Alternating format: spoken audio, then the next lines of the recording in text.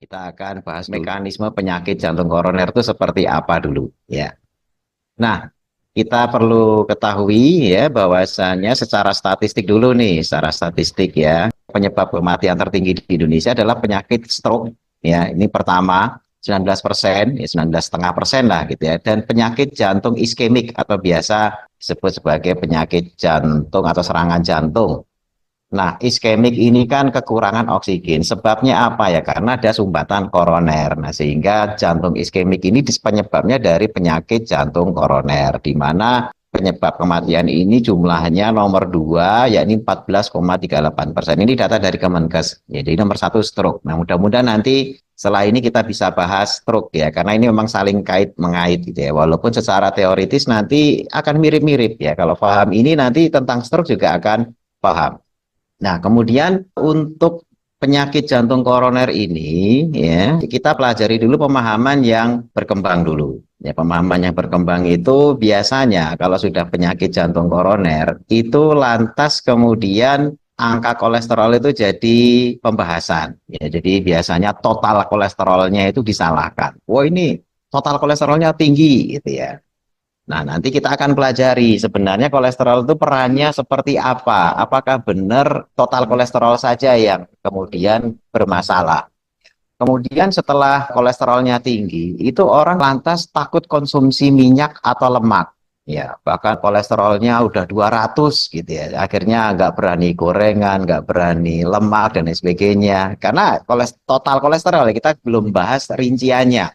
Karena total itu berarti kan HDL, LDL, VLDL, dan lain sebagainya itu total menjadi satu, menjadi angka total kolesterol yang biasanya dibatasi sampai angka 200. Ya, ketika sudah di atas 200, biasanya terus ke akhirnya takut gitu ya.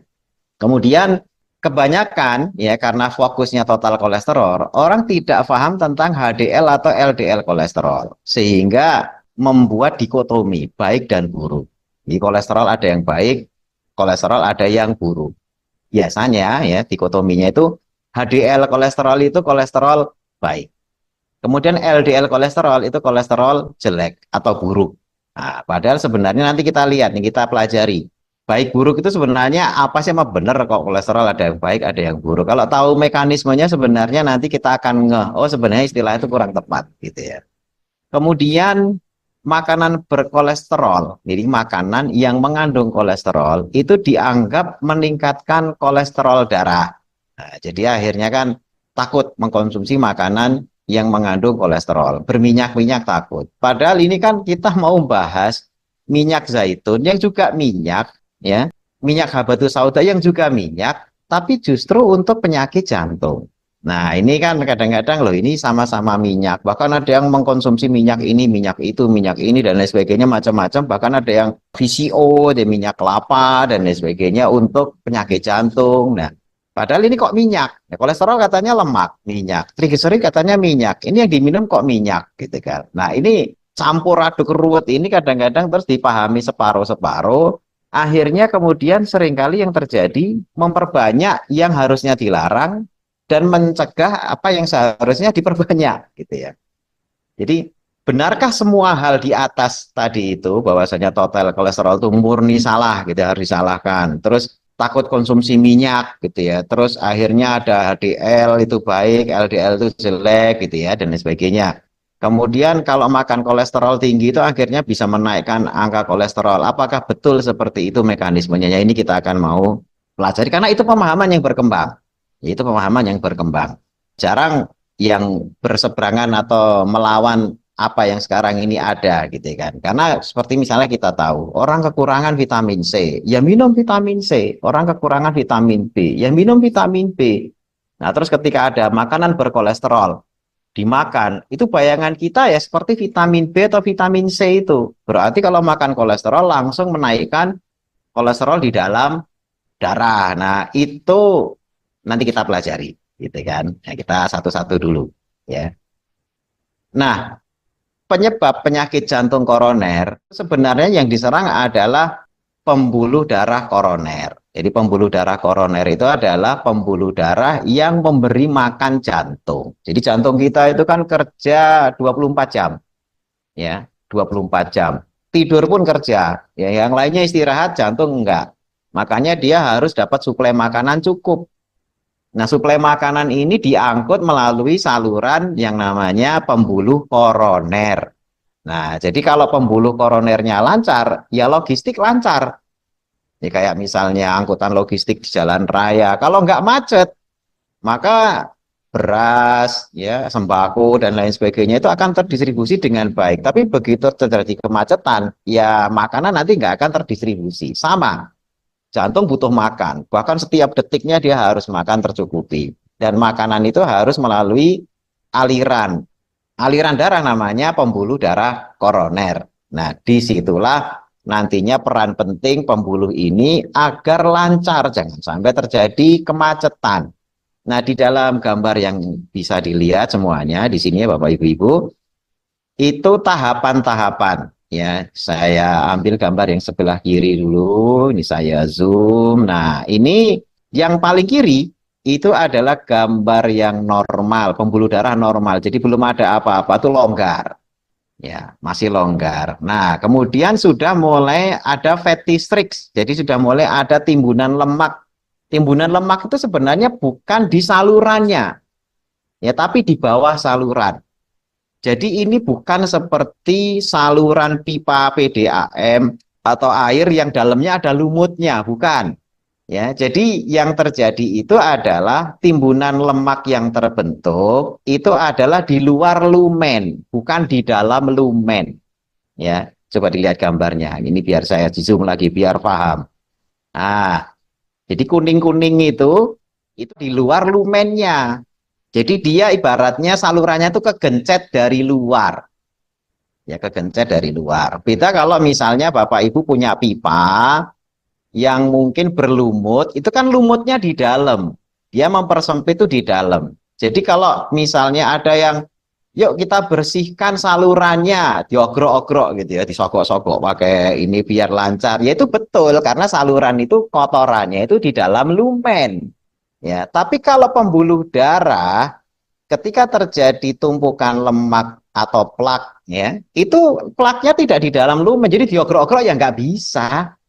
Ya, ini paham dulu karena kalau enggak nanti timbul asumsi macam-macam. Disangkanya pembuluh darah itu seperti pipa PDAM yang berlumut permukaannya, terus perlu digosok-gosok gitu ya. Akhirnya kemudian dikasih obat di dalamnya yang nantinya jadi lancar. Jadi kayak misalnya saluran pembuangan air di kamar mandi yang lagi mampet gitu ya, kemudian disogok-sogok, dibersihin.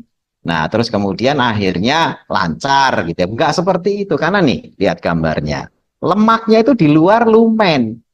Ya, makanya kenapa tindakan kalau Bapak-bapak Ibu-ibu barangkali juga kemarin kan ada yang nanya tentang ring gitu ya. Kebetulan kita bahas diabetes ya yang Pak yang kemarin ikut ya. Mungkin bisa dilihat lagi rekaman YouTube-nya. Saya tunjukkan bagaimana pasang ring jantung. Nah, pasang ring jantung itu ya di saluran ini yang kegencet oleh lemak dari luar. Ya, semakin progresif lemaknya itu numpuk-numpuk-numpuk. Nah, kita lihat di sini yang merah-merah itu adalah sel darah merah. Mau lewat nggak bisa. Kalau di situ sel darah merahnya ada gumpalan sedikit aja, ya, itu langsung bisa nyumbat. Nah, nyumbat kalau terjadi di pembuluh koroner, itu langsung aliran darah yang ngasih makan jantung itu akan terhenti. Ya, akhirnya apa? Jantungnya kelaparan. Padahal jantung itu tiap detik kan harus bekerja. Ya sekian detik dia lapar, oh itu bahaya. Ya selnya itu nggak bisa dalam sekian detik atau menit itu tiba-tiba nggak dikasih makan. Karena dalam hitungan detik atau menit, beberapa sel jantung nggak dapat makanan gara-gara kesumbat salurannya ini, itu langsung mati sel jantungnya. Ya langsung mati, nggak dapat makan ya mati. Ya cuma kan jumlah sel memang jumlahnya triliunan ya. Tapi mati di sini akhirnya ya tidak semua langsung, tapi mati sekian sel, ribuan sel mati, yang biasa kita sebut sebagai infark. Ya, infark itu misalnya INFARK, itu namanya sel jantung mati. Ya, infark. Itu gara-gara Nah, pembuluh darah koronernya mengalami seperti ini. Nah, ini tolong dipahami dulu gitu ya, biar tahu kita cara memahaminya. Nah, kenapa kolesterol itu disalahkan? Ya, karena selama ketika orang itu mengotopsi, ya jadi kan dokter itu kan mempelajari, ini sebenarnya yang warna kuning-kuning di luar yang bikin sumbatan ini apa sih gitu ya. Terus akhirnya dikorek, oh ternyata itu adalah LDL kolesterol. Ini warnanya kuning ya.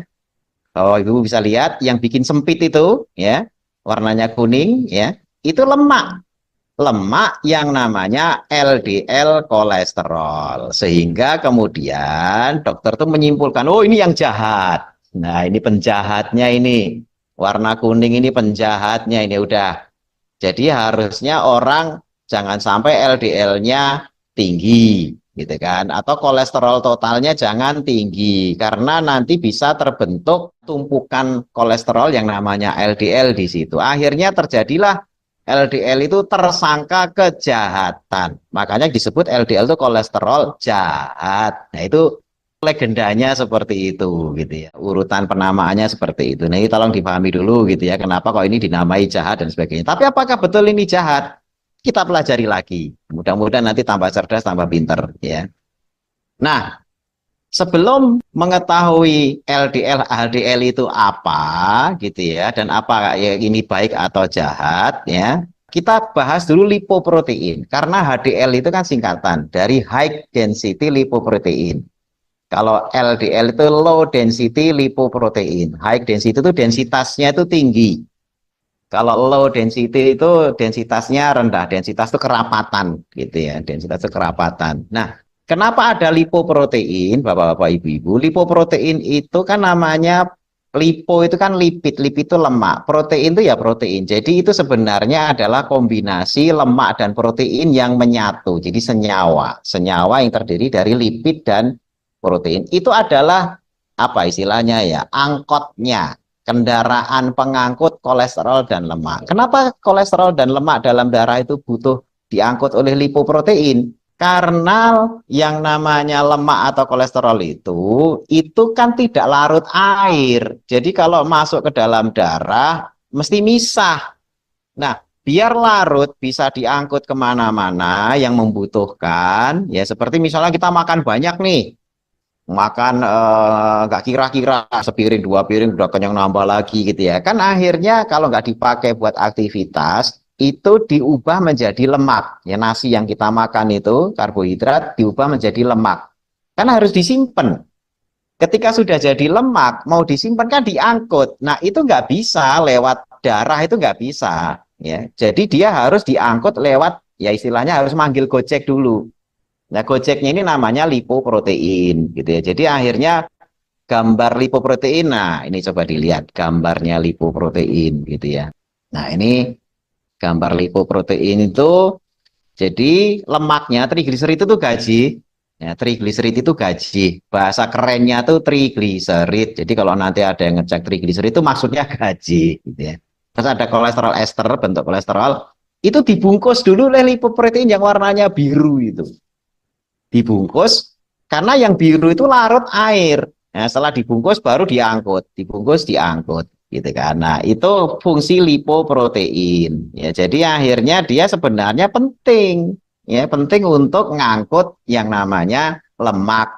Karena kalau kita habis makan nggak dipakai tenaganya, lemak kan harus disimpan di bawah kulit. Yang akhirnya jadi gemuk gitu. Di bawah kulit kita itu ada lemak. Itu hasil diangkut melalui kendaraan yang namanya LDL. Ya, jadi lipoprotein LDL. Jadi lemak kolesterol tidak larut air sehingga perlu angkutan yang larut air yang namanya lipoprotein. Kemudian ada lipoprotein HDL, high density lipoprotein, mengangkut lemak dari timbunan untuk dipakai. Misalnya, kalau kita puasa, kan nggak makan tuh. Ya, apalagi setelah buka puasa juga cuma minum air putih, nggak makan gitu ya. Itu banyak lemak yang akhirnya dipakai. Ya, lemak yang dipakai ini kan diambil dari bawah kulit. Nah, diambil terus diangkut. Nah, yang angkut siapa? Kalau ngambil dari timbunan, ya, itu pengangkutnya, Gojeknya itu namanya Gojek HDL. Jadi kalau yang biasa puasa, biasa olahraga, angkat beban, ya, apalagi sudah puasa angkat beban misalnya. Oh, itu lemaknya kepakai semua. Ya, sudah puasa terus ngangkat beban, usung-usung, ya, atau pas puasa Ramadan siang hari ngangkut-ngangkut dan sebagainya. Itu lemaknya kepakai.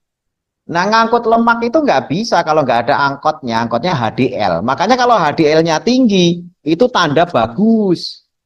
Ya, HDL-nya tinggi itu berarti tandanya dia orang yang aktif, dia sering puasa, ya, nggak stres. Karena kalau stres HDL-nya nggak dilepas.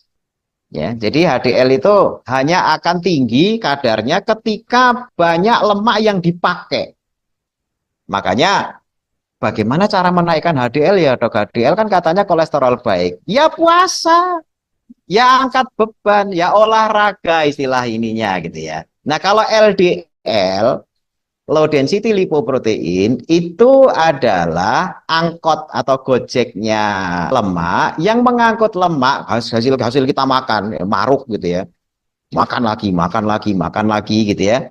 Nah, karena nggak dipakai, habis makan terus mager, malah tidur, nonton TV, nggak kemana-mana, nggak dipakai lemaknya, akhirnya ditimbun. Nah, ditimbun itu diangkut yang namanya LDL. Jadi kalau LDL-nya tinggi, ini tipe yang biasanya mager. Ya, hanya makan mulu, kurang aktivitas. Karena banyak LDL beredar itu untuk numpukin lemak yang tidak dipakai. Nah, ini makanya disebut, oh ini jahat ini ya. Sebenarnya yang jahat bukan LDL-nya, yang bikin naik itu kan kelakuan kita. Ya, yang bikin naik itu kan kelakuan kita yang hanya makan tapi nggak mau memakai hasil makanannya, gitu kan? HDL disebut baik ya sebenarnya kan juga perbuatan kita karena mau olahraga, mau puasa ya HDL-nya naik.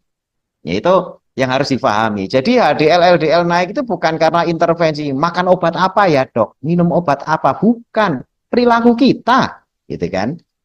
Nah, kemudian tentang bagaimana angka kolesterol yang sehat ya, perlu difahami kolesterol sehat itu jika ya trigliserid dibagi HDL itu angkanya kurang dari 3.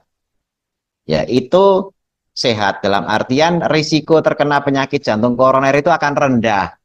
Ya, jika trigliserid itu angka gaji dalam darah ya dibagi HDL ya itu kurang dari 3. Artinya apa? Kalau pengen angkanya kurang dari 3, maka trigliseridnya harus rendah. Ya, bilangan di atas pembilang itu kalau rendah maka angka hasilnya dibagi berapa juga dia akan turun. Ya. Sementara HDL itu kan pembilang penyebut gitu. Ini kan bilangan pecah kan Bapak pelajaran SD kita pembilang atas penyebut bawah gitu ya. HDL-nya kalau dia tinggi maka pembagi itu kalau tinggi hasilnya akan rendah. Ya, jadi usahakan biar sehat tidak terkena jantung koroner trigliserid kita itu serendah mungkin dan HDL kita tuh setinggi mungkin. Setidaknya ketika dimasukkan angka-angkanya, ya trigliserid dibagi HDL itu kurang dari 3. Paling bagus yang aman gitu ya, kurang dari 1. Nah, misalnya berapa? Misalnya trigliseridnya itu 40 misalnya atau 50. HDL-nya misalnya 70 ya. Trigliseridnya 50, HDL-nya 70. Nah, 50 bagi 70 kan kurang dari 1. Wah, ini sehat banget ini. Walaupun mungkin total kolesterolnya, tapi total kolesterol saya 300 dok, aman. Total kolesterol segitu, ya, tapi trigliserid dibagi HDL-nya kurang dari 1, itu aman. Makanya jangan lagi fokus ke total kolesterol. Tetapi lihat angka-angka yang lain, terutama adalah angka trigliserid dan HDL, karena itu menjadi penanda sindrom metabolik. Nah, kita belajar lebih lanjut ya setelah lipoprotein ini. Nah, kenapa tadi terjadinya aterosklerosis? Aterosklerosis itu penyempitan pembuluh darah karena tadi ada lemak-lemak tadi itu, ada LDL yang akhirnya tersangka kejahatannya karena berada di TKP, ya. Ketika sumbatan itu dilihat ada TKP-nya itu ternyata ada, wah ini penjahatnya karena berada di TKP. Pertanyaannya, kalau berada di TKP, apakah selalu dia penjahatnya? Karena begini, misalnya ya di satu tempat lagi kebakaran, kita datang ke sana, ada pemadam. Tempat yang lain ada kebakaran, ya ada pemadam juga. Tempat yang lain ada kebakaran, ya ada pemadam juga. Akhirnya kita berpikir, oh berarti pemadam kebakaran ini penyebab terjadinya kebakaran. Gara-gara pemadam kebakarannya selalu ada di TKP. Ketika ada pencurian, di situ ada polisi. Ketika ada pelanggaran lalu lintas, di situ ada polisi. Ketika ada pembunuhan, di situ ada polisi. Ada kriminalitas, di situ ada. Jadi, oh berarti polisi itu yang bikin kriminalitas. Wah, akhirnya polisinya jadi tertuduh gara-gara selalu berada di TKP kejahatan. Nah, ini kan kesimpulan ngawur. Nah, kita jangan sampai nanti ikut ngawur juga dengan kesimpulan gara-gara ada LDL di situ lantas kita tuduh sebagai penjahatnya. Nah, makanya harus paham dulu mekanismenya. Kita lihat kembali ulang ya gambarnya, ya, yaitu yang paling ujung itu normal gitu ya. Terus mulai ada sumbatan. Nah, sumbatannya itu di keraknya itu di luar bukan di dalam lumen. Ya, sekali lagi ya. Nah, ini kenapa terjadi begitu? Ya. Makanya sebabnya saya uraikan di sini. Pertama, kenapa ada timbunan lemak yang namanya LDR? Karena terjadinya inflamasi atau cedera. Inflamasi itu peradangan. Kalau bahasa kita ya cedera di pembuluh darah. Nah, gara-gara cedera di pembuluh darah, maka kemudian terjadi berikutnya, inflamasi cedera akan memanggil perban. Yang namanya luka kan harus diperban, harus diperbaiki, harus ditambal.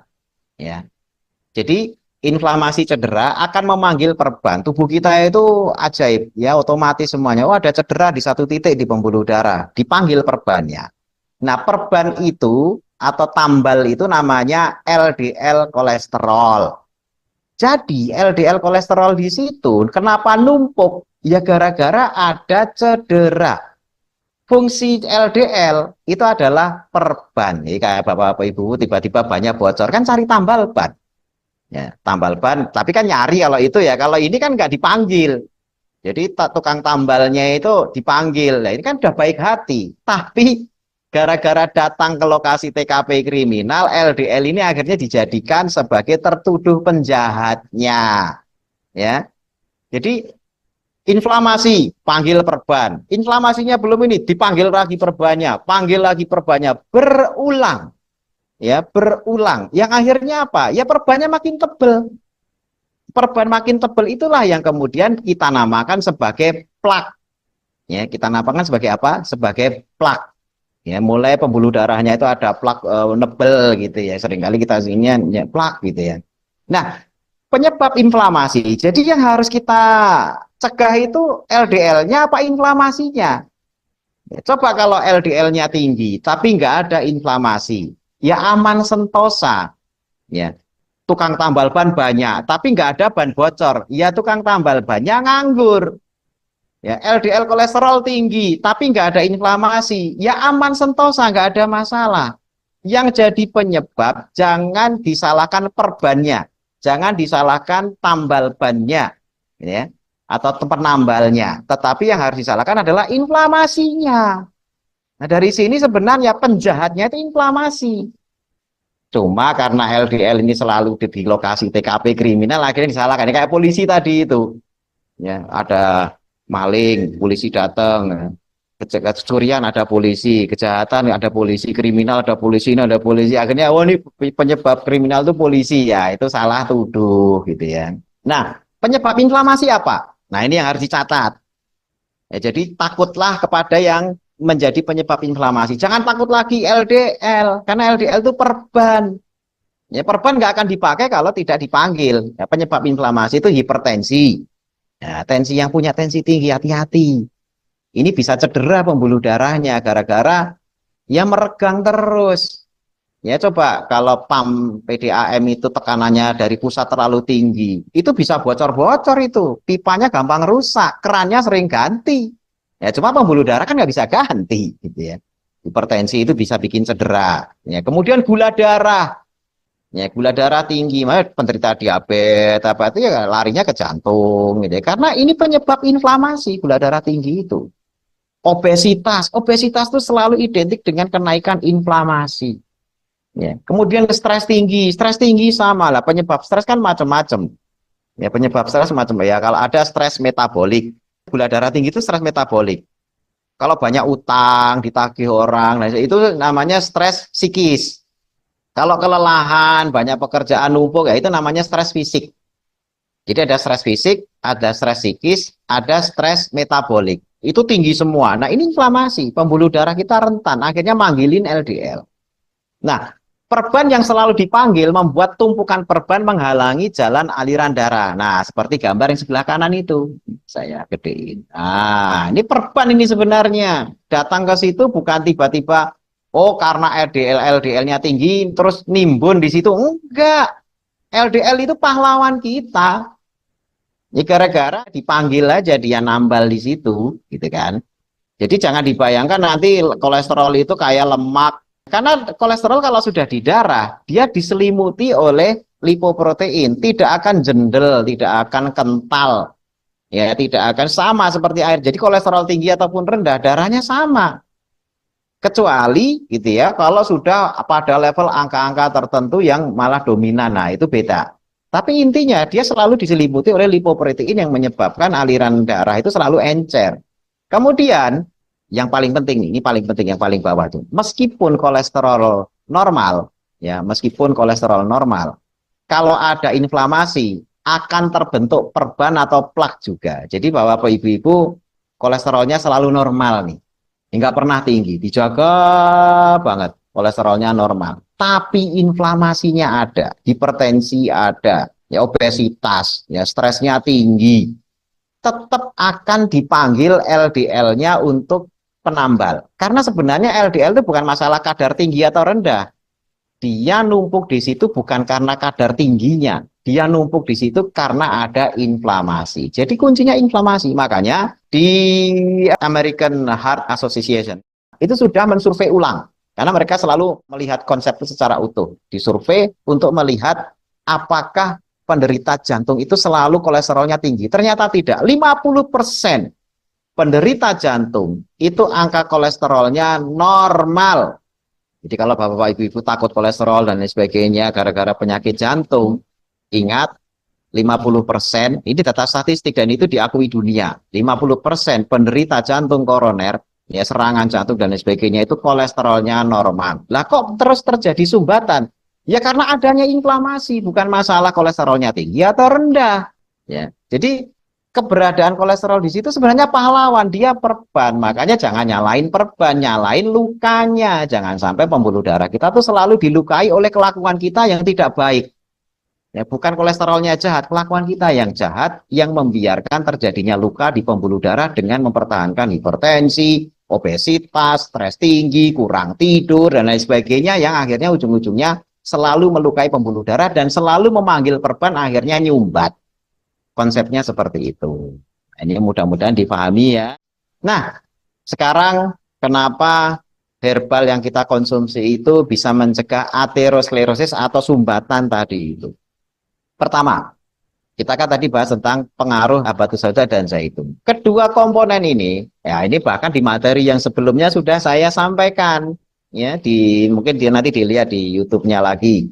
Khasiat habatus sauda, khasiat zaitun yang ada dalam produk Habas gitu ya. Itu keduanya adalah antiinflamasi kuat. Antiinflamasi maksudnya apa? Ya tadi kan penyebab pembuluh darah itu luka kan inflamasi. Nah ini antiinflamasi artinya apa? Bisa mencegah tidak terjadi inflamasi. Kemudian yang kedua, keduanya menurunkan hipertensi. Karena hipertensi bisa menyebabkan inflamasi. Kalau hipertensinya tidak terjadi, ya inflamasi juga nggak terjadi. Berikutnya, keduanya menjaga kadar gula darah. Ya, karena gula darah yang tinggi itu akan menyebabkan inflamasi, gitu kan? Terus keduanya anti stres, terutama stres metabolik dan juga stres psikis. Rata-rata orang susah tidur. Kalau udah stres psikis itu rata-rata kurang tidur. Kurang tidur akhirnya menyebabkan tensi naik. Sudah kayak lingkaran setan, muter gitu ya. Stres, kurang tidur, makan sembarangan, gula naik, ya hormon kortisol tinggi gitu ya. Akhirnya kolesterol juga ikut naik gitu kan dan seterusnya. Itu selalu berputar. Makanya fungsi habatus sauda ini adalah langsung ke tujuan, yakni ke inflamasinya. Yang pertama, kemudian ke sesuatu yang menyebabkan inflamasi. Jadi tidak hanya secara langsung ke inflamasinya, tapi ke tempat-tempat yang bisa menimbulkan inflamasi. Yakni hipertensi, gula darah, stres gitu ya, kemudian tadi tentang menjaga tidur, kortisol dan lain sebagainya. Ini habatus sauda dan juga zaitun akan bekerja di sana. Ya, ini langsung efek herbalnya. Apakah itu cukup? Nah, di webinar yang sebelumnya saya pernah menyampaikan bahwasanya kita jangan nambal ban bocor. Ini mencegah. Ya, kalau mengobati bagaimana? Mengobati harus juga ditinggalkan habit yang menyebabkan sakit. Nah, perbaikan habit untuk menghilangkan aterosklerosis yang sudah terbentuk. Jadi yang timbunan lemak itu, ya kan kalau tidak merubah habit, ya ini pilihan ya. Kalau tidak merubah habit, akhirnya akan selalu pesen cincin. Nah, jadi akhirnya jadi juragan cincin, ya, bukan cincin akik, bukan, ya, bukan cincin permata, cincin emas, bukan, tapi ring. Ya karena otomatis pembuluh darahnya itu di sana sini sudah terbentuk sumbatan-sumbatan. Karena tidak mau berubah habitnya. Obat yang diminum biasanya dokter itu akan memberikan obat-obatan satu, darahnya diencerkan biar bisa melewati lumen yang kecil tadi itu. Kalau sempit kan kalau darahnya encer gampang lewat, ya. Terus yang kedua tensinya diturunkan, gitu kan. Terus salurannya dilebarkan. Ya, tapi kalau udah makin digencet lagi sudah nggak ketolong. Akhirnya mau nggak mau dijejeli sama cincin atau ring. Nah, di situ dipasang. Nah, dipasang ringnya, gitu kan. Satu, wah, satu udah lancar. Ya, terus nanti dua, tiga ya. Satu cincin aja tuh harganya puluhan juta. Ya, ini cincin luar biasa, melebihi cincin pernikahan ini, gitu ya. Karena mahal, gitu. Dipasangnya juga bukan di jari, langsung di jantung, gitu kan. Nah, makanya harus dirubah habitnya. Kalau mau tidak pakai cincin, ya tidak perlu keluar uang jutaan. Yakni apa? Lakukan puasa intermittent. Wah, ini sunnah. Ya, Senin Kemis, ya dalam seminggu 2 hari cukup. Ini orang Jepang gara-gara mempelajari puasa 2 hari dalam seminggu, ya cuma 2 hari aja puasa full gitu ya seminggu, ya dalam seminggu, sisanya nggak puasa. Itu namanya puasa intermittent. Itu dapat hadiah Nobel, yaitu orang Jepang. Nah, padahal ini kan sunnah Nabi gitu ya. Kalau masalah itu kan Nabi berhak dapat Nobel. Ini hanya orang Jepang mempelajari puasa intermittent 2 hari dalam, dia tidak nyebut Senin Kemis. Dia pokoknya hanya 2 hari dalam seminggu puasa, itu dapat hadiah Nobel gara-gara ngomong itu gitu ya. Atau kalau harian, puasa intermittent itu 16 jam puasa, 8 jam makan, dibagi jendela makan dan jendela puasa. 16 jam puasa itu maksudnya gimana? Dari jam 8 malam sampai jam 12 siang itu nggak makan, hanya minum saja. Nah, itu memberi ruang, kesempatan tubuh untuk merombak. Karena ketika kita puasa, tubuh itu merombak. Ya, tubuh itu merombak. Merombak itu ngambil barang-barang yang rusak untuk dibuang. Ya, jadi perombakan itu terjadi ketika kita membatasi asupan. Nah, baru ketika nanti kalau makan, jam 12 siang makan, gitu ya, karena dari jam 8 malam udah nggak makan, jam 12 siang makan. Makanya disebut sebagai breakfast. Breakfast itu, break itu berbuka, fast itu puasa. Ya, breakfast itu artinya buka puasa. Rata-rata orang breakfast itu kan jam 8.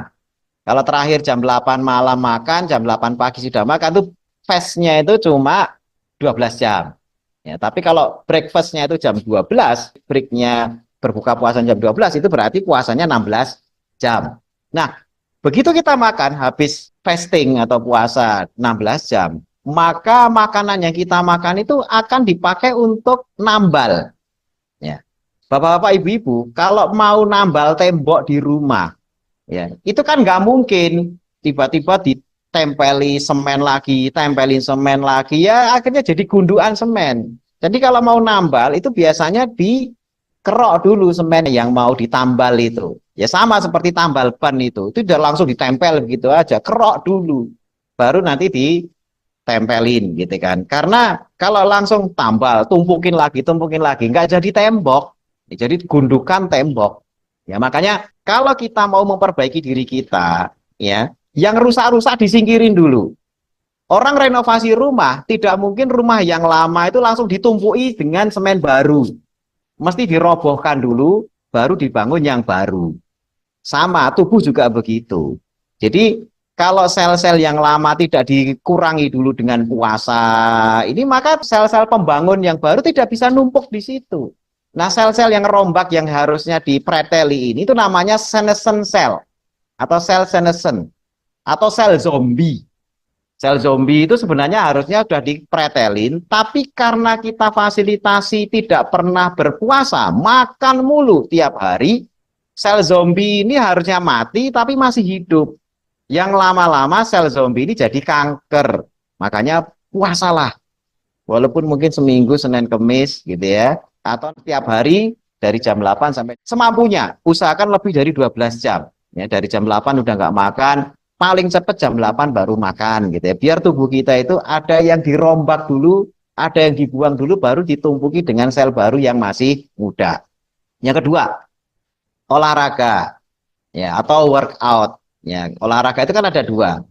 Ada kardio, ya ada workout. Kardio itu jalan kaki, ya santai gitu ya. Olahraga yang nyantai lah, yang aerobik apa gitu ya, jalan kaki. Atau kadang-kadang sedikit agak berat jogging, tapi kalau yang jantungnya udah bermasalah jangan jogging, jalan kaki aja. Atau workout. Workout itu cuma duduk tapi senam di tempat gitu ya, kemudian gerakin tangan kaki. Nah itu untuk meningkatkan HDL karena ada lemak yang dibakar. Termasuk puasa tadi itu untuk meningkatkan HDL. Ya, karena tadi trigliserid dibagi HDL. Kalau HDL-nya tinggi, kemungkinan dapat angka di bawah 3 itu besar. Terus menurunkan trigliserid atau gajih, karena gajihnya akan dipakai dengan olahraga itu. Serta menambah hormon bahagia. Nah, orang-orang yang biasa olahraga itu happy. Kalau coba ngamar mulu, udah utangnya banyak, ditagih di mana-mana, ngamar mulu, nggak keluar dari kamar, oh tambah stres. Apalagi setelah itu di kamar cuma ngeliatin status temennya yang lagi haji, yang lagi happy-happy, lagi piknik, oh tambah stres lagi. Ya. Jadi mending buat olahraga, workout, dengan itu maka insya Allah nanti akan terproduksi hormon endorfin yang bikin bahagia. Kemudian relaksasi cukup. Jadi jangan stres. Ya, anti stresnya apa? Ibadah, zikir, doa, healing, ya biasa healing piknik-piknik gitu ya. Tapi ya kalau nggak punya duit ya terserah, healingnya kan macam-macam, nggak harus dengan banyak duit ya. Bahkan yang ini wajib nih, healing yang sederhana. Melihat matahari pagi dan sore, ini wajib. Kenapa? Metabolisme tubuh kita itu berdasarkan penglihatan mata terhadap sinar matahari. Matahari pagi, ketika kita melihat matahari pagi, ya itu akan mengaktifkan banyak sekali hormon dalam tubuh kita untuk aktif, terutama di sini kortisol akan naik. Matahari sore yang redup, ketika matahari tenggelam, ya itu akan menyebabkan mulai berhentinya produksi kortisol, naik menjadi hormon melatonin yang tinggi. Hormon melatonin itu dinaikkan untuk kita efek ngantuk kalau mau istirahat.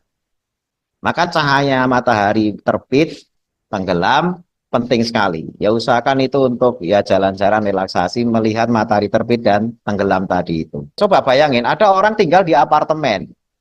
Pagi, siang, sore, malam itu nggak jelas karena matahari nggak pernah dilihat. Ya lihat hanya cahaya neon di dalam. Taunya siang malam ya hanya dari TV atau lihat jam. Itu nggak sehat banget itu.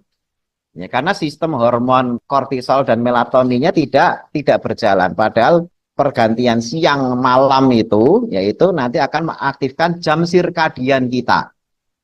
Ya kan, ja'alna laila libasa, ja'alna nahara ma'asa. Malam itu untuk istirahat, siang itu untuk aktif dan hormonnya sudah disesuaikan oleh tubuh kita dengan cara melihat matahari terbit dan matahari tenggelam menuju gelap. Itu baiknya kita lihat gitu ya, walaupun ini kadang-kadang orang menyepelekan. Ini penting buat metabolisme kita. Kemudian kurangi asupan gula, karbohidrat. Nah, ini karena untuk menekan trigliserid. Karena kalau kita makan karbohidrat nggak dipakai, kecuali dipakai ya, yang kuli bangunan nggak makan itu ya lemes gitu ya. Kalau misalnya dipakai, karena karbohidrat banyak, tapi dipakai macul, kayak orang di kampung itu kan macul gitu ya. Nah itu makan silahkan, tapi kalau cuma makan kemudian terus mager, jangan. Trigliserid mesti naik, trigliserid naik, potensi penyakit jantung juga naik. Tapi kalau mengurangi, trigliseridnya turun, LDL-nya juga turun, menekan inflamasi. Karena karbohidrat itu adalah energi untuk terjadinya inflamasi. Ya, sumber energi inflamasi itu dari glikolisis atau dari glukosa atau dari karbohidrat. Ya. Nah, kemudian yang terakhir, habit yang perlu diperbaiki adalah tidurnya harus cukup. Ya, menekan kortisol biar hormon stresnya itu tidak terlalu banyak. Orang kalau kurang tidur, malam-malam nonton bola, Euro, dan paginya itu mesti, wah udah berantakan itu. Nafsu makan mesti tinggi. Karena hormon grelinnya naik, hormon leptinnya turun. Leptin itu hormon kenyang, jadi perasaannya lapar, terus leptinnya turun. Grelinnya naik, grelin itu hormon rakus. Nah, kemudian tidur cukup menekan hipertensi. Kalau enggak tensinya naik juga. Kemudian ya menekan inflamasi. Makanya ini selalu terkait. Ya, kalau kita ngundang inflamasi, ngundang LDL, ngundang penyumbatan pembuluh darah. Nah, makanya kalau sudah minum herbal kok kelakuannya masih bertentangan dengan habitnya ini, ya jangan salahkan herbalnya. Apalagi, oh ini katanya sunnah Nabi, saya sudah minum kok jantung koroner saya nggak hilang-hilang dan lain sebagainya. Ya karena habitnya belum berubah. Makanya di sini konsep yang utuh di penutup ini, ya itu selain konsumsi habats, perbaiki habit. Nah, jadi yang paling pinggir itu habats, gitu ya. Yang tengah itu habit, kemudian baru yang paling kanan itu menjadi hebat. Ya, jadi hebat itu karena kombinasi antara konsumsi habas, perubahan habit, nanti insya Allah jadi hebat. Kalau cuma habas tok, gitu ya, tertolong. Tapi kalau habitnya itu lebih parah daripada habasnya, ya pengaruh habasnya jadi kurang. Tapi kalau saling mendukung, sinergi, maka cepat jadi hebat. Nah, itu untuk presentasi pada siang hari ini. Ya, mudah-mudahan bisa difahami dengan baik, terutama hal-hal tadi yang terkait dengan kolesterol, ya. Karena banyak hal-hal yang beredar di masyarakat itu ternyata dikoreksi dengan penelitian-penelitian yang baru, yang akhirnya orang itu mengoreksi konsep-konsep lama. Ya, seperti tadi. Apakah makan kolesterol itu mempengaruhi kenaikan kolesterol darah? Ternyata tidak seperti itu. Kalau makan vitamin C, betul vitamin C itu langsung diserap, menaikkan kadar vitamin C dalam darah. Vitamin B juga begitu. Tapi kalau kolesterol, semua bentuk lemak, ya ketika masuk ke dalam tubuh, itu dipecah dulu menjadi asam lemak atau fatty acid atau free fatty acid. Ya, fatty acid itu asam lemak. Jadi dia bahan baku lemak. Jadi lemak yang kita makan itu dipecah dulu. Nah, fatty acid ini baru dikirim ke pabrik. Pabriknya liver. Nah, di liver inilah nanti ada mandor. Mandor itu ngatur. Ini fatty acid bahan bakunya banyak nih. Oh, yang sekian jadi kolesterol, yang sekian jadi trigliserid, yang sekian dipakai untuk aktivitas, yang sekian dipakai untuk jantung, yang sekian. Nah, itu yang ngatur adalah mandor di liver. Ya, jadi tidak lantas kolesterol itu masuk terus wujudnya tetap kolesterol terus menaikkan kolesterol darah, itu hoax. Ya, itu ilmu medis tidak begitu. Kalau ada dokter yang masih ngomong begitu berarti tidak update, gitu ya. Jadi kolesterol itu, ya, prosentase tertinggi itu adalah produksi di liver. Di liver itu ada mandor yang nantinya akan mengatur berapa harus diproduksi dari lemak yang dimakan untuk menjadi kolesterol. Nah, produksi kolesterol kita, misalnya angkanya 200, itu 80 sampai 85%-nya itu hasil produksi. Ya, hasil produksi dari dalam tubuh. Sisanya itu bisa jadi dari luar, tapi itu pun karena proses juga. Tidak langsung dimakan terjadi kolesterol. Tidak, ada proses yang mengawalinya. Sehingga yang harus dikhawatirkan itu adalah jangan sampai perilaku atau habit kita itu menyebabkan mandor di liver itu akhirnya memproduksi kolesterol berlebihan. Karena mandor di dalam liver itu dia tidak akan merintah produksi kolesterol tinggi kalau memang tidak dibutuhkan. Ya, karena kolesterol kita itu fungsinya kemana-mana. Otak kita itu isinya kolesterol. Makanya nanti kalau stroke, cara pengobatannya gimana, itu malah jangan takut kolesterol harusnya, gitu. Karena untuk memperbaiki sel otak kita itu butuh kolesterol, tapi ada triknya nanti, gitu ya. Triknya kayak apa? Mudah-mudahan nanti ada waktu untuk menjelaskannya, gitu ya. Nah, sel kita kan jumlahnya triliunan. Lapisan selnya itu dominan isinya kolesterol. Kita kekurangan kolesterol, ya nggak usah lama-lama, sehari 2 hari kolesterolnya kurang, itu bisa berbahaya mengancam jiwa. Tapi kelebihan kolesterol nggak ada masalah selama tidak ada inflamasi.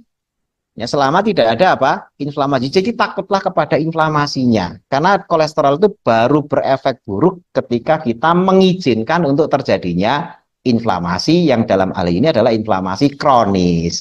Bukan inflamasi akut ya. Inflamasi akut tuh kejedot pintu, kejepit pintu, gitu-gitu inflamasi yang sifatnya akut seketika. Yang kronis, kronis itu biasanya karena habit, kurang tidur, makan berlebihan, kurang olahraga dan lain sebagainya. Demikian penutup dari presentasi kali ini. Silakan barangkali ada pertanyaan-pertanyaan yang sudah masuk, kami persilahkan untuk dibacakan. Nah, di sini ada yang bertanya, kan? Dokter mau tanya, jantung sebelah kiri tiba-tiba nyeri atau perih, pertanda apa? Nah, ini sebenarnya pertanyaannya harus spesifik ya, karena begini, jantung sebelah kiri, maksudnya dada sebelah kiri atau jantung sebelah kiri? Karena kalau jantung sebelah kiri, kan kita nggak bisa ketika serangan itu yang kena itu jantung tengah, jantung kiri, atau jantung kanan gitu kan. Tapi mungkin maksudnya itu adalah dada sebelah kiri. Nah, kalau dada sebelah kiri nyeri, itu belum tentu penyakit jantung. Ya, karena sebelah kiri kita itu ada organ satu, paru-paru sebelah kiri, itu kan letaknya di kiri juga. Ada jantung. Yang kedua, ada lambung. Nah, makanya kita harus diperjelas dengan pemeriksaan apakah lambungnya yang bermasalah, ya. Misalnya kena GERD dan sebagainya, karena GERD itu seringkali menimbulkan sesuatu yang kita sebut sebagai heartburn. Heartburn itu bahasa Inggris. Heart itu artinya jantung gitu ya, heart kan. Atau dada biasanya suka diartikan dada, atau burn itu terbakar. Jantungnya terbakar atau dadanya terbakar. Heartburn. Itu efek dari MAH atau GERD, di mana asam lambung itu naik ke dada, itu menimbulkan yang namanya heartburn. Gitu. Nah, ini keluhannya bukan di jantung. Jadi kalau sekedar nyeri dada sebelah kiri bisa jadi dari lambung, sehingga harus ada pemeriksaan lanjutan. Atau bisa juga nyeri karena paru-paru. Paru-paru sebelah kiri ternyata ada TBC-nya, nyeri. Nah, itu juga bisa. Artinya kalau cuma nyeri saja penandanya ini belum tentu penyakit jantung. Kemudian pertanyaan berikutnya, apakah yang punya hipertensi habas bisa baik dikonsumsi untuk pencegahan jantung koroner? Bisa, ya, bahkan nanti itu kita anjurkan ya, selain tadi habit yang kita perbaiki, itu bisa digunakan untuk penurun tekanan darah tinggi. Ya, kemarin sudah kita jelaskan efek zaitun itu kayak apa ke tensi, kemudian efek batu sauda itu kayak apa ke tensi dan lain sebagainya, anti hipertensi kan kemarin kita jelasin anti ini, anti ini, anti ini, ke ginjal begini, ke jantung begini, ke paru-paru begini, ke liver begini, nefroprotektif, hepatoprotektif udah kita jelasin. Jadi untuk hipertensi bisa. Kemudian berikutnya konsumsi hepatosnya itu berapa butir sehari. Jadi begini, ini kan bentuknya kapsul, ya bentuknya kapsul. Konversi kapsul kita itu biasanya kalau air ya, air itu bukan minyak, air itu lebih encer. Itu 1 sendok, ya, 1 sendok takar tapi ya 1 sendok takar itu 1 sendok obat farmasi. Kalau bapak-bapak ibu-ibu beli sirup farmasi itu kan ada sendoknya. Nah sendoknya itu biasanya 5 mili. Ya 5 mili, 5 mili itu 1 sendok. Nah 5 mili itu kalau air ya dimasukkan ke dalam kapsul yang setengah mili atau setengah gram ya, kan 500 miligram itu kan setengah gram. Nah itu berarti setara dengan 10 kapsul. Ya 1 sendok itu setara dengan 10 kapsul. Jadi kalau 1 sendok air, kalau air itu dimasukkan ke dalam kapsul, itu jumlahnya 10 kapsul. Jadi kalau konsumsi air 10 kapsul, itu maksudnya sama dengan konsumsi air 1 sendok. Ya, ini konversi dulu, dipahami dulu. Nah, kalau minyak, minyak kan lebih berat. Nah, sehingga di sini 1 sendok itu biasanya cuma 7 sampai 8. Kadang-kadang ada yang 6 kalau minyaknya pekat itu kadang-kadang cuma 6 kapsul aja sudah setara dengan setengah sendok tadi itu. Sehingga konsumsinya berapa butir nanti akan kita lihat per penyakitnya. Tapi intinya kalau misalnya kita konsumsi pagi 3, sore 3, atau pagi 4, sore 4, itu baru setara dengan 1 sendok minyak habatus sauda atau minyak zaitun. Jadi tidak banyak. Cuma ini kan karena dimasukkan dalam kapsul sehingga kesannya oh banyak. Makanya kalau konsumsi misalnya hipertensi yang ringan, ya itu bisa pagi 3, sore 3. Ya. Pagi 3, sore 3. Ini yang ringan. Kalau yang nanti tensinya tinggi lagi ya kita sesuaikan. Ya, tergantung nanti derajat hipertensinya apakah ringan, sedang atau berat. Tapi intinya aman. Ya, tingkat keamanannya tinggi. Kemudian apa unsur komponen yang ada dalam habatus sauda dan minyak zaitun yang bisa menyembuhkan penyakit jantung? Nah, antiinflamasinya yang ada di dalam habatus sauda ya, itu adalah timokuinon. Ini yang menyebabkan antiinflamasi. Bahkan juga yang menyebabkan tekanan darah itu bisa turun, itu juga timokuinon. Jadi timokuinon itu adalah komponen utama yang nantinya akan bisa menurunkan tekanan darah, antiinflamasi, kemudian juga penekan stres, tidur lebih nyaman. Itu komponen namanya timokuinon. Jadi apa unsur komponen yang ada dalam wajah itu timokuinon. Sedangkan minyak zaitun banyak. Ya, polifenolnya, ya, kemudian juga beberapa komponen yang ada di dalam zaitun, ya, nanti asam lemaknya, free fatty acidnya, asam lemak bebasnya, itu juga memberikan efek yang bagus buat anti-inflamasi. Nah, jadi di sini komponennya baik minyak zaitun maupun minyak batu sudah saya sebutkan. Berikutnya, izin bertanya, saya usia 59 tahun, sering nyeri di dada kiri dan ketika tarik nafas terasa sesak. Apa itu gejala gangguan pada jantung? Nah, gejala jantung yang biasanya muncul awal itu adalah yang kita sebut sebagai angina pectoris. Angina itu artinya nyeri dada, apa nyeri gitu ya. Pectoris, pectoris itu dada. Kan seringkali ada orang nyebut angin duduk, nah itu ya sebenarnya itu angina, angina itu nyeri gitu ya, tapi terus nyebutnya angin duduk, angin pemasuk angin atau apa gitu ya. Kalau bahasa kedokterannya itu angina pectoris, atau kalau yang tidak stabil itu sebenarnya unstable angina. Unstable itu tidak stabil, maksudnya kadang muncul nyerinya apa namanya tiba-tiba nyeri sekali terus reda, terus tiba-tiba kayak normal, terus nyeri lagi, ya itu unstable angina. Ya itu nyeri. Nah nyerinya itu khas. Ya nyerinya itu dada sebelah kiri. Biasanya diikuti dengan tangan sebelah kiri ini juga ikut terasa kayak kebas. Ya, kayak kebas. Nah itu harus agak hati-hati. Tapi kalau tadi biasanya dokter akan menganjurkan untuk pemeriksaan EKG dulu. Jadi apakah itu langsung pasti? Enggak, belum tentu. Tapi kalau dokter yang berpengalaman biasanya langsung dicek pakai stetoskop dadanya, irama jantungnya, ya kemudian denyutnya, ya kemudian ada bunyi asing apa enggak, gitu ya di dadanya itu. Itu setidaknya di awal sudah bisa diketahui, oh ini jantungnya bermasalah Pak. Nah, untuk memastikannya cek EKG.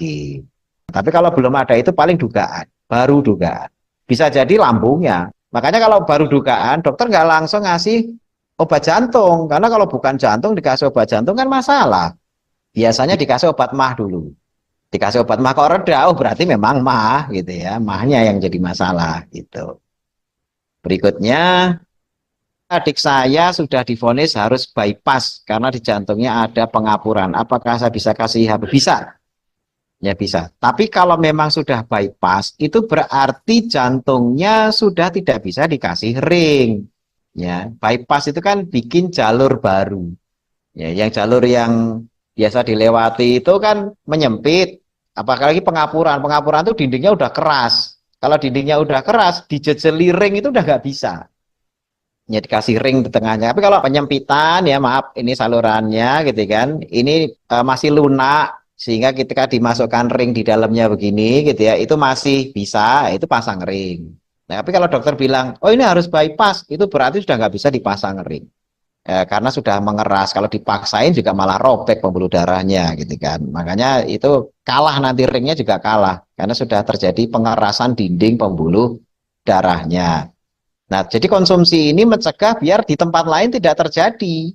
Ya, artinya kalau yang itu ya susah ditolong juga, kecuali tadi merubah habit ya. Kecuali merubah habit.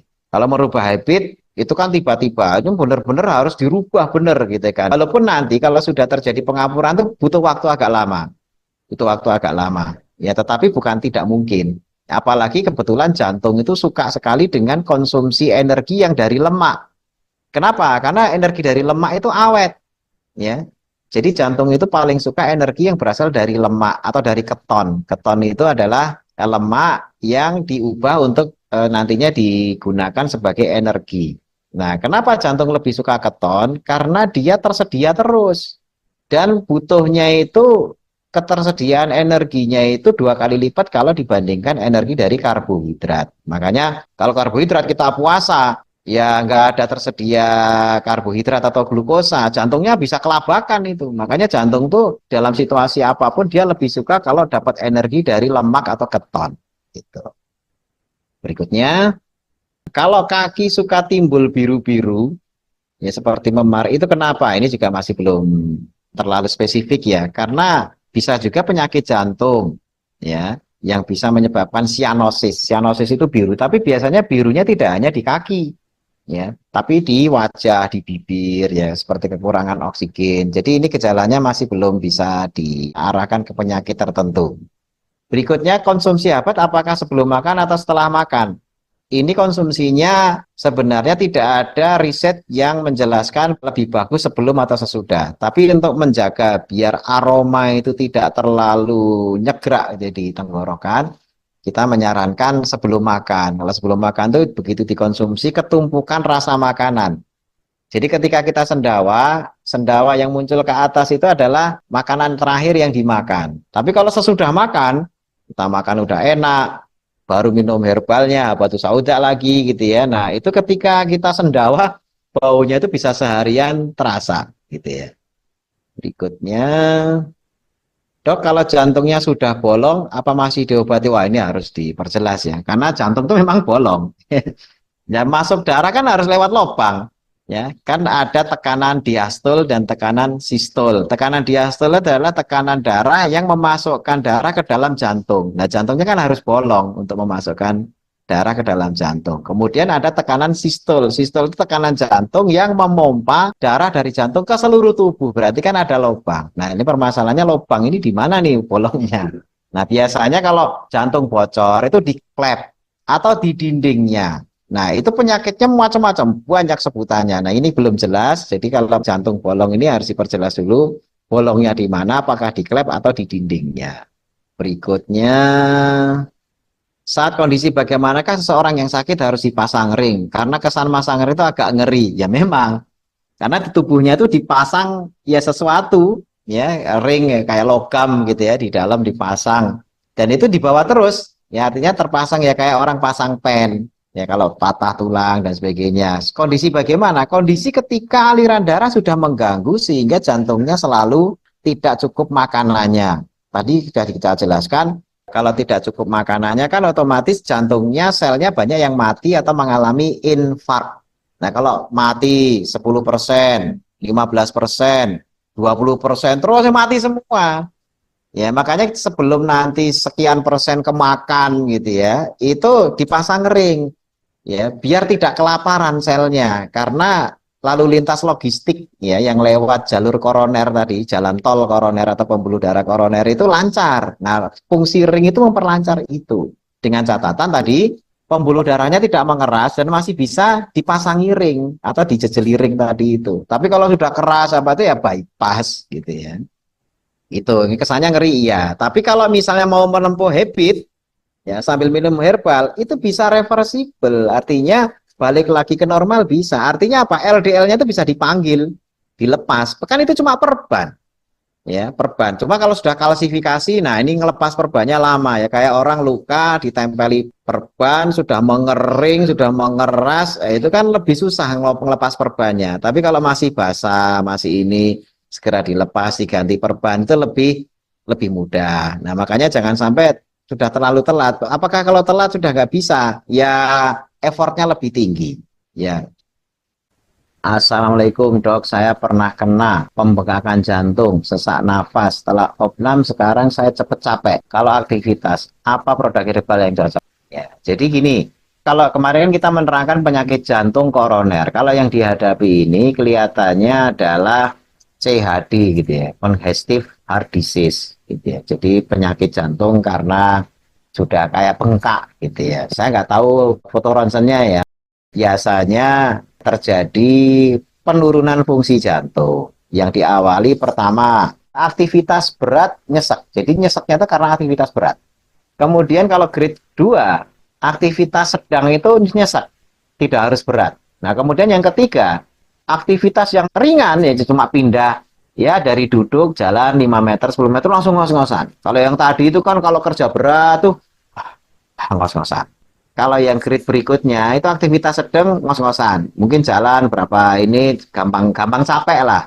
Ini yang ibu kelihatannya grade 2 nih yang cepet capek. Karena kalau yang grade 3 itu bukan cepet capek. Misalnya dari kamar tidur ke kamar mandi jalannya juga ngos-ngosan. Itu grade 3. Grade 4 nggak ngapa-ngapain ngos-ngosan. Nah, ini yang paling menyiksa itu grade 4. Itu end state itu. Nah, ini bisa menggunakan tadi habatus sauda dan jeta atau habas tadi itu yang minyak. Hanya memang mumpung belum sampai ke grade 3 atau 4 ya, usahakan perbaiki pola tidurnya. Jantung itu banyak sekali melibatkan unsur relaksasi. Ya, tidur itu menjadi kunci utama. Karena begini, progresivitasnya itu hanya bisa direm, tapi dibalikin kembali ke awal itu agak susah. Ya, kalau tadi saya cerita tentang otot, ya, otot kalau sudah besar itu bisa mengecil. Nah, otot jantung itu membesar, tapi susah mengecil. Kenapa? Karena dipakai terus. Kan nggak ada yang namanya jantung kok istirahat. Kalau tadi tangan itu lumpuh, begitu tidak dipakai sekian bulan, sekian tahun, ya itu nanti akan mengalami atrofi, mengecil. Tapi kalau jantung, kan siang malam kerja terus. Jadi begitu membengkak grade 1, grade 2 ya tadi ngos-ngosan capek dan sebagainya, ya sudah hentikan sampai grade 2 saja. Caranya gimana? Perbaiki tidurnya. Ya konsumsi herbal ini mungkin dosis 2, ini nggak perlu sampai 5 ya. Ini paling pagi 3, sore 3, atau pagi 4, sore 4 sudah cukup. Nah ini jawaban kami. Intinya jangan sampai lebih progresif ke grade 3 atau 4. Ini cepat capek, ini masih grade 2. Mudah-mudahan tidak sampai tambah parah dengan catatan kuncinya tadi menjaga istirahatnya cukup. Baik, mungkin itu saja yang bisa kita bahas pada pagi menjelang siang hari ini ya. Mudah-mudahan diskusi pagi ini bermanfaat.